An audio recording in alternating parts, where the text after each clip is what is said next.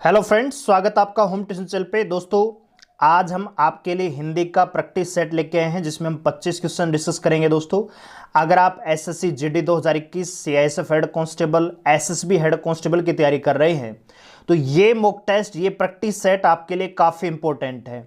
आप तैयारी कर रहे होंगे, किसी भी चैनल से जुड़े होंगे या सेल्फ स्टडी कर रहे होंगे, किसी भी प्रकार से आप तैयारी कर रहे हैं तो आप इस मॉक टेस्ट को अटेम्प्ट कीजिए। लास्ट तक आप इस वीडियो को देखिए और हमें कमेंट करके बताएं कि आपने यहां पे कितना स्कोर किया है 25 में से। दोस्तों, यकीन मानिए बहुत ही ज़बरदस्त मॉक टेस्ट है, बहुत ही अच्छे क्वेश्चन हमने यहाँ पे लिए हैं।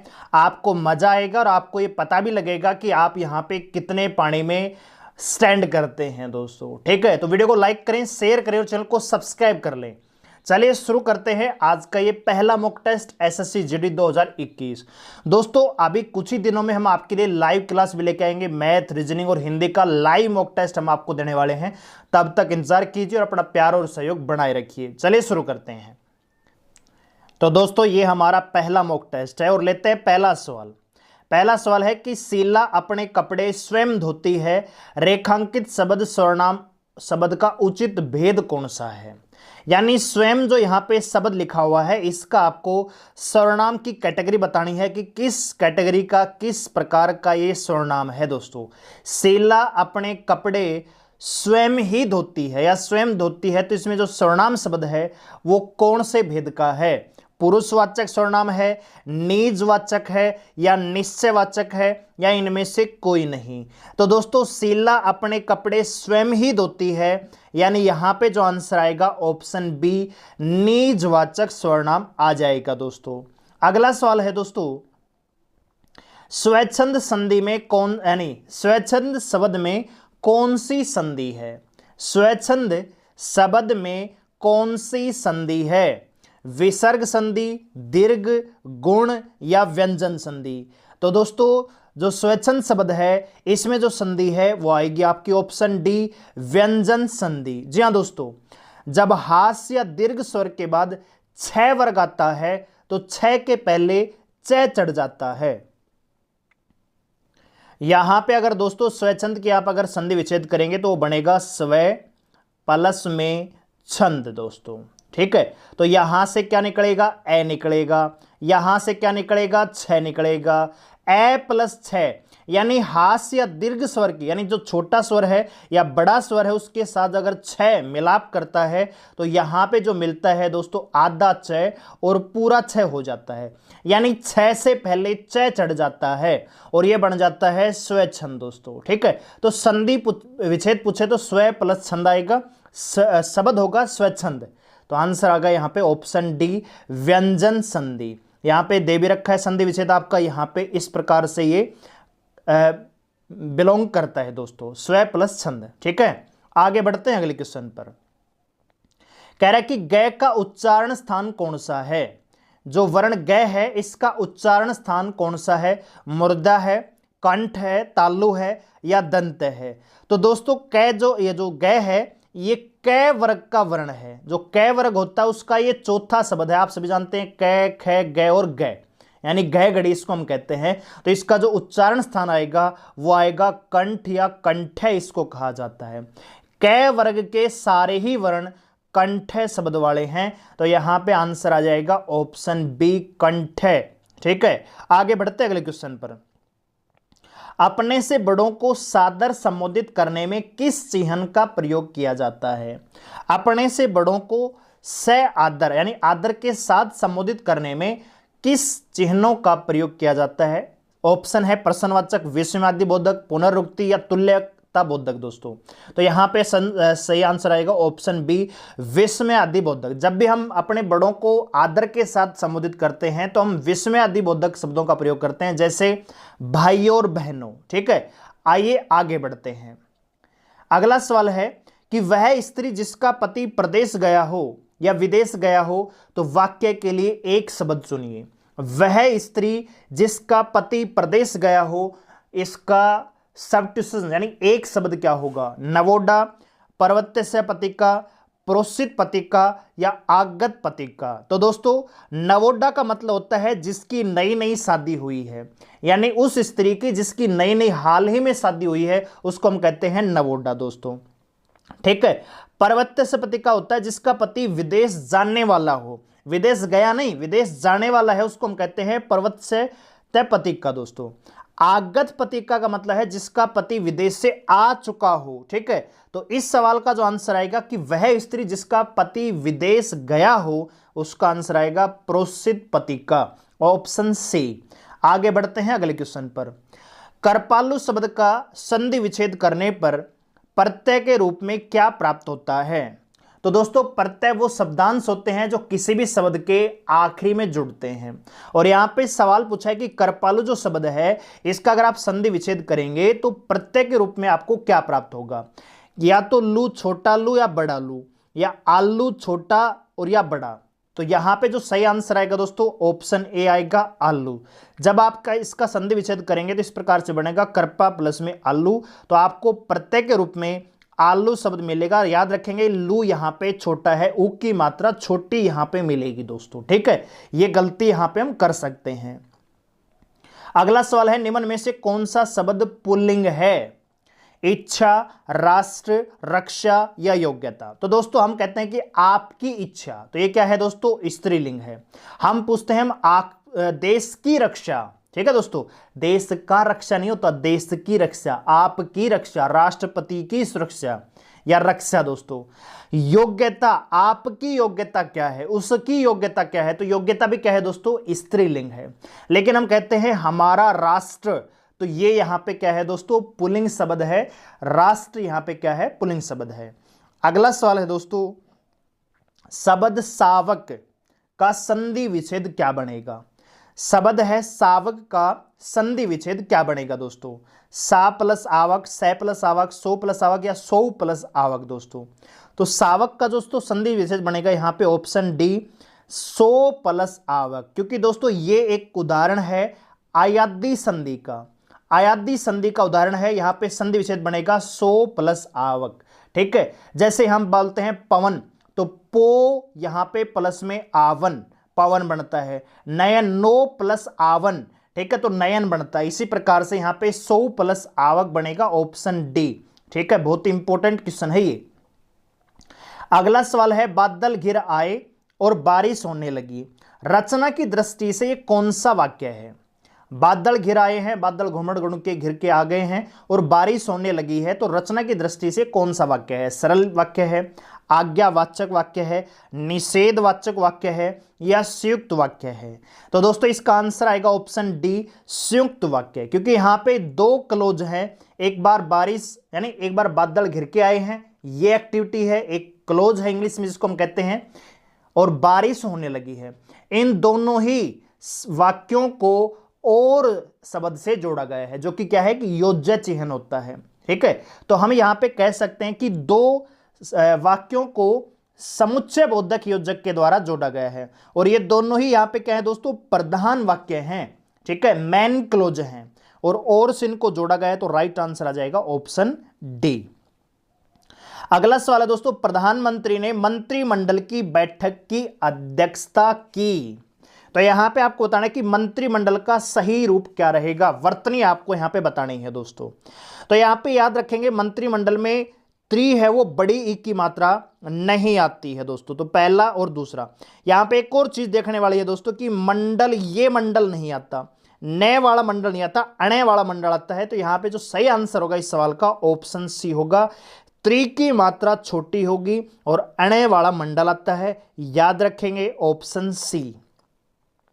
अगला सवाल है विज्ञान शब्द में प्रयुक्त उपसर्ग कौन सा है? तो दोस्तों उपसर्ग वो शब्दांश होते हैं जो किसी भी शब्द के पहले जुड़कर उस शब्द की भावार्थ को या अर्थ को चेंज कर देते हैं। ठीक है, तो यहां पे विज्ञान शब्द में प्रयुक्त उपसर्ग कौन सा है, यह आपसे पूछा गया है दोस्तों अगर आपको वीडियो पसंद आ रही है तो वीडियो को लाइक करें, शेयर करें और चैनल को सब्सक्राइब करें इसी प्रकार की वीडियोज के लिए। तो यहां पे दोस्तों राइट आंसर आ जाएगा ऑप्शन सी, वी। ठीक है, वी यहां पे क्या है दोस्तों? उपसर्ग है। अगला सवाल है नवग्रह नवग्रह शब्द में कौन सा समास है? द्विगु, तत्पुरुष, द्वंद्व या क्रमधारी है? तो दोस्तों यहाँ पे नवग्रह, तो एक प्रकार से आपको लगेगा कि द्विगु होगा, क्योंकि आप सभी जानते हैं कि जब भी किसी ऐसा शब्द जिसके पहले संख्या का बोध हो वो द्विगु समास होता है। जैसे त्रिरत्न है, त्रिमूर्ति है, त्रिशूल है, ठीक है, नवरत्न है। तो यहाँ पे नवग्रह, अब यहाँ पे देखने वाली बात यह है दोस्तों, एक होता है नवग्रह, ये होता है, तो इसका मतलब होता है जो सो आकाशीय जो पिंड है हमारे ग्रह है, तो नवग्रह का मतलब होता है नौ ग्रह। तो इसमें तो आता है दोस्तों आपका द्विगु समास, लेकिन यहां पे दोस्तों ये नवग्रह नहीं है, ये है नवग्रह। इसका मतलब होता है नया घर, ठीक है, नवग्रह का मतलब नया घर, ठीक है दोस्तों, जो आवास है उसके लिए प्रयोग होता है। तो यहां पे जो आंसर आएगा ऑप्शन बी, तत्पुरुष समास। नवग्रह का मतलब है नया है जो घर, तो यहां पे जो कारक का लोप हो रहा है, तो यहां पे आंसर आएगा ऑप्शन बी, तत्पुरुष समास, ठीक है दोस्तों। राजकुमार, राजा का कुमार, तत्पुरुष समास है। गौशाला, गायों की है जो शाला, गायों का जो रहने का स्थल है, तो यहां पे को कारक का लुप्त होता है तो तत्पुरुष समास होता है, कर्मधारय, और इसमें कंफ्यूज नहीं होना, ठीक है दोस्तों। कर्मधारय का मतलब होता है, जैसे मान लीजिए नीलकंठ है, तो नीला है जो कंठ, या नीला है जिसका कंठ, तो यहां पे भावब्री अगर ऑप्शन में नहीं है तो आपका आंसर आता है कर्मधारय, ठीक है। यानी यहां पे तीसरा पद प्रधान होता है भावब्री में, ठीक है, यहां पे दोनों ही पद प्रधान होते हैं, जबकि तत्पुरुष में क्या होता है कि कारक का लोप होता है, ठीक है। तो नवग्रह में कौन सा आ जाएगा? ऑप्शन बी, तत्पुरुष समास, ठीक है, जैसे मैंने दिखा भी रखा है। अगला सवाल है, बुढ़ापा भी एक प्रकार का अभिशाप है, वाक्य में रंगीन शब्द की संज्ञा बताइए। बुढ़ापा भी एक प्रकार का अभिशाप है, तो यहां पे जो बुढ़ापा शब्द है इसमें किस संज्ञा का प्रयोग है, कौन सी संज्ञा का ये बोध करवाता है? तो दोस्तों यहां पे जो आंसर आएगा ऑप्शन सी, भाववाचक। बुढ़ापा एक भाववाचक संज्ञा का उदाहरण है, ठीक है। आगे बढ़ते हैं अगले क्वेश्चन पर। कह रहा है कि किस वाक्य में अपादान कारक है, ठीक है। अपादान का मतलब होता है दोस्तों किसी चीज से अलग होना, ठीक है। अपादान का मतलब क्या होता है दोस्तों? किसी चीज से अलग होना, ठीक है। तो यहां पे देखिए, राम ने रावण को तीर से मारा, तो यहां पे कोई चीज अलग थोड़ी हुई है, ठीक है। मोहन से अब सहा नहीं जाता, तो ये भी कुछ अलग नहीं है, अपादान कारक का उदाहरण नहीं है। हिमालय से गंगा निकलती है, तो यहां पे जो हिमालय से गंगा क्या हो रही दोस्तों, ये आपका हिमालय, और यहां से गंगा क्या हो रही दोस्तों, निकल रही, यानी अलग हो रही है, वहां से दूर जा रही है। तो यहां पे ऑप्शन सी राइट आंसर हो जाएगा, याद रखेंगे दोस्तों, ठीक है। जब भी किसी चीज से या कोई भी एक्टिविटी दूसरी से अलग होती है, दूर हटती है, तो वहां पे अपादान कारक होता है। आगे बढ़ते हैं अगले क्वेश्चन पर। अनुपम शब्द का पर्यायवाची क्या होगा? अनुपम, तो ऑप्शन है स्वर्गीय, लौकिक, पार्थिव या अद्वितीय। तो दोस्तों अनुपम का मतलब होता है अनूठा, जो अपूर्व है, अतुल्य है, अनोखा है, अद्भुत है, अनन्य है और अद्वितीय है। तो यहां पे जो आंसर आएगा ऑप्शन डी, अनुपम का पर्यायवाची यहां पे है अद्वितीय दोस्तों। आगे बढ़ते हैं अगले क्वेश्चन पर। अगला सवाल है दोस्तों, यहां पे वाक्य दे रखा है और यहां पे आपको शुद्ध यानी जो अशुद्ध पार्ट है जिसमें एरर है उस पार्ट को आपको आंसर पे टिक करना है, ठीक है। तो वाक्य यहां पे स्टार्ट हो रहा है, मैं पटना गया तो उस समय मेरे पास केवल 20 रुपए मात्र थे। तो यहां पे देखिए दोस्तों कौन सा पार्ट है वो अशुद्ध है। मैं पटना गया, इसमें कोई त्रुटि नहीं है, तो उस समय यहां भी कोई त्रुटि नहीं है, मेरे पास यहां भी कोई त्रुटि नहीं है, केवल 20 रुपए मात्र थे। तो दोस्तों इंग्लिश में एक टॉपिक होता है सुपरफ्लुअस एक्सप्रेशन, यानी जहां पे हद से ज्यादा शब्दों का प्रयोग होता है। तो यहां पे जो त्रुटि है दोस्तों ऑप्शन डी में है, केवल 20 रुपए मात्र, तो केवल भी है और मात्र भी है।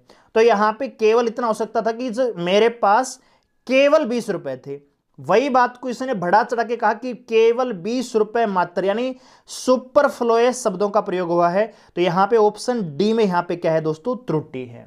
क्लियर है? आगे बढ़ते हैं। 17 नंबर क्वेश्चन है कि निम्नलिखित वाक्यों में से कौन सा शुद्ध है, यह आपको चुनना है। शुद्ध वाक्य आपको चुनना है। कह रहा है कि मैं गाने की कसरत करता हूं। क्या गाने की कसरत होती है दोस्तों? नहीं। मैं गाने का व्यायाम कर रहा हूं। क्या इसमें व्यायाम होता है गाने का? नहीं दोस्तों। मैं गाने का शौक कर रहा हूं। गाने का कोई शौक थोड़ी करता है। यहां पे सही क्या आएगा दोस्तों? ऑप्शन सी, मैं गाने का अभ्यास कर रहा हूं। ठीक है, तो शुद्ध वाक्य क्या आएगा? ऑप्शन सी आएगा दोस्तों। अगला क्वेश्चन देख लीजिए, 18 नंबर। कह रहे कि मेरी समझ में अभी तक यही नहीं आया कि इस बात का मेरे से क्या संबंध है। हम कहते हैं ना कई बार बोलचाल में कि भाई मेरे को तो यह समझ में नहीं आया कि अब इस बात का मेरे से क्या संबंध है। तो दोस्तों अगर बोलने में देखा जाए तो एक प्रकार से सही लगता है, लेकिन यहां पे ग्रामर का रूल लगता है दोस्तों। ठीक है, हम पेपर की तैयारी कर रहे हैं ना कि बोलने की। ठीक है, तो पेपर के अनुसार आपको तैयारी करनी है कि कोई छोटी से छोटी त्रुटि है वो आपको यहां पे फाइंड आउट करनी होती है। तो यहां पे दोस्तों जो त्रुटि है ऑप्शन डी में है, मेरे से नहीं मुझसे। कोई भी संबंध होता है मुझसे होता है, मेरे से नहीं होता। मुझसे आपका क्या संबंध है? मुझसे इस बात का क्या संबंध है? ठीक है, तो रिलेटिव प्रोनाउन होता है संबंधवाचक, जिसको हम सर्वनाम कहते हैं। तो यहां पे आएगा मुझसे, मेरे की जगह क्या आएगा? मुझसे क्या संबंध है। ठीक है, तो ऑप्शन डी में यहां पे त्रुटि है। दोस्तों वीडियो अगर आपको पसंद आ रहा है, वीडियो को लाइक करें, शेयर करें। आगे बढ़ते हैं। अगला सवाल है कि पुत्र की हरकतों से तंग आकर पिता ने उसे खालिस्तान, पुत्र की हरकतों से तंग आकर पिता ने उसे खालिस्तान। अब आपको खालिस्तान पे उचित मुहावरा चुनना है। कहीं का न रखा, ठिकाने लगा दिया, तिलांजलि दे दी, या घर से निकाल दिया। तो घर से तो निकालना नहीं आएगा दोस्तों। ठिकाने लगाने का मतलब किसी चीज को हम मार देते हैं, किसी को आप खत्म कर देते हैं तो कहते हैं ना भाई उसको उसने ठिकाने लगा दिया। ठीक है, इलाज कर दिया मतलब। कहीं का न रखा ये भी गलत है। तो यहां पे जो सही आंसर आएगा ना दोस्तों वो आएगा ऑप्शन सी, तिलांजलि दे दी। तिलांजलि का मतलब अच्छे से पिटाई करके उसको बढ़िया तरीके से उसको खुराक दे दी है। ठीक है, तो पुत्र की हरकतों से, जब लड़का ज्यादा परेशान करता है तो पिता क्या करता है? उसको बढ़िया से ठुकाई पिटाई कर देता है, जिसको हम कहते हैं तिलांजलि दे दी। ठीक है, ऑप्शन सी। आगे बढ़ते हैं अगले क्वेश्चन पर। कह रहा है कि इस वर्ष मेरा बैल भी मर गया और चोरी भी हो गई, इसी को कहते हैं खालिस्तान। एक आदमी है वो कह रहा है कि भाई इस साल मेरा बैल भी मर गया और घर में चोरी भी हो गई, इसी बात को क्या कहते हैं? तो खालिस्तान के स्थान पे आपको मुहावरा चुनना है। एक पंथ दो काज, बैल भी मर गया चोरी भी हो गई, तो क्या दोस्तों एक पंथ दो काज आ जाएगा यहां पे? नहीं दोस्तों। दाल में कुछ काढ़ा है, क्या ये यहां पे सही आंसर होगा? नहीं। जब भी हम किसी चीज पे डाउट करते हैं तब हम कहते हैं कि दाल में कुछ काढ़ा है। काला अक्षर भैंस बराबर अनपढ़ आदमी के लिए प्रयोग करते हैं जब किसी चीज को कोई बात समझ में ना आए दोस्तों। तो यहां पे जो सही आंसर आएगा दोस्तों ऑप्शन डी आएगा, कंगाली में आटा गिल्ला। एक तो बैल चोरी हो गया यानी बैल मर गया और ऊपर से चोरी होगी घर में, तो यानी एक तरफ से तो नुकसान, दूसरा और नुकसान, एक साथ दो नुकसान होते हैं। तो कहां पे प्रयोग करते हैं? कंगाली में आटा गिल्ला दोस्तों। ठीक है, एक पंथ दो काज का मतलब होता है एक साथ दो कामों को बढ़ाना पॉजिटिव वे में। ठीक है, चलिए आगे बढ़ते हैं अगले क्वेश्चन पर। अगला सवाल है, यहां पे मुहावरा है आंखों पर चर्बी छाना। कहते हैं ना भाई तेरी आंखों पर चर्बी छा रही है कि मैं, चर्बी चढ़ रही है आंखों पे। तो इसका मतलब क्या होगा दोस्तों? धोखा खाना, कुछ समझ न आना, अभिमान या घमंड करना, या निर्लज करना, किसी की बेइज्जती करना। तो दोस्तों यहां पे जो राइट आंसर आएगा ऑप्शन सी आएगा। कहते हैं ना भाई आजकल की में चर्बी ज्यादा चढ़ रही है, यानी घमंड, अभिमान करना। तो ऑप्शन सी यहां पे सही आंसर आ जाएगा। अगला सवाल है वाक्यों का उचित क्रम चुनिए। ठीक है, काफी इंपॉर्टेंट क्वेश्चन हम लेके आए हैं दोस्तों आपके लिए।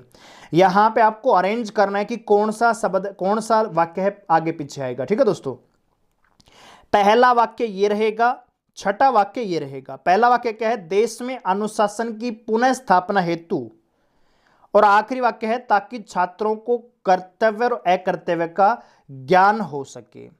ठीक है, एक शब्द मिसिंग है, ज्ञान हो सके। तो यहां पे आपको ये चार जो वाक्य दे रखे हैं इनको सही क्रम में लिखना है दोस्तों। तो यहां पे जो सही क्रम आएगा वो आएगा कि देश में अनुशासन की पुनः व्यवस्था हेतु यह आवश्यक है कि हमारी शिक्षा व्यवस्था में नैतिक और चारित्रिक शिक्षा का थोड़ा थोड़ा समावेश अवश्य किया जाए। ठीक है, तो यहां पे जो सही क्रम बनेगा दोस्तों कि देश में अनुशासन की पुनः व्यवस्था हेतु यह आवश्यक है, तो पहले आएगा र।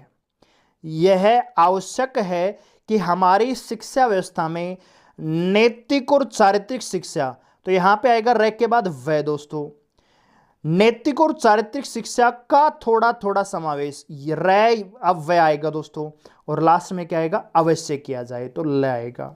सही क्रम ये बनेगा रे व यल है दोस्तों। और आखिरी में क्या आएगा दोस्तों, ताकि छात्रों को कर्तव्य और अकर्तव्य का ज्ञान हो सके। तो यहां पे जो सही क्रम बनेगा ऑप्शन बी रे व यल है। अगला सवाल देखिए, अनुराग का विलोम शब्द आपको बताना है। अनुराग शब्द है, इसका विलोम शब्द क्या बनेगा ये आपको बताना है। तो दोस्तों राग अनुराग नहीं होता, अनुराग का मतलब होता है राग के अनुसार गाना, तो यहां पे आ जाएगा विराग, ऑप्शन सी विराग। ठीक है, आगे बढ़ते हैं। अगला क्वेश्चन है, उसका कथन अतिशयोक्ति मात्र था। उसका जो कथन है वो अतिशयोक्ति मात्र था, तो यहां पे अतिशयोक्ति की सही वर्तनी क्या होगी ये आपको चुननी है। तो पहली चीज तो ये है दोस्तों कि यहां पे स है वो आधा नहीं पूरा आएगा, ती की मात्रा छोटी नहीं बड़ी आएगी, सॉरी बड़ी नहीं छोटी आएगी, लेकिन यो आएगा, यू नहीं आएगा। जो ए ऑप्शन में दे रखा है यू नहीं आएगा, यो आएगा। तो ऑप्शन डी यहां पे राइट आंसर होगा। अतिशयोक्ति शुद्ध रूप में ऐसे लिखी जाती है। और आखिरी क्वेश्चन है दोस्तों आज का कि जिन शब्दों की उत्पत्ति का पता नहीं चलता उन शब्दों को क्या कहा जाता है। जिन शब्दों की उत्पत्ति का पता नहीं चलता उन शब्दों को क्या कहा जाता है, विदेशज, तद्भव, देशज या रूढ़ शब्द। तो दोस्तों जिन शब्दों की उत्पत्ति का पता नहीं चलता उनको हम कहते हैं देशज शब्द, ऑप्शन सी। ठीक है, तो दोस्तों ये थे आज का हमारे 25 question practice set number 1 Hindi special for SSC GD CISF SSB head constable minister. यहां पे आपने कितना स्कोर किया है कमेंट करके जरूर बताएं। और दोस्तों अगर आप इस वीडियो की पीडीएफ चाहते हैं विद आंसर की तो आप हमें टेलीग्राम चैनल पे ज्वाइन करें जिसका लिंक डिस्क्रिप्शन में दिया हुआ है। ठीक है, तो मिलते हैं अगले वीडियो में, तब तक के लिए धन्यवाद, गुड बाय।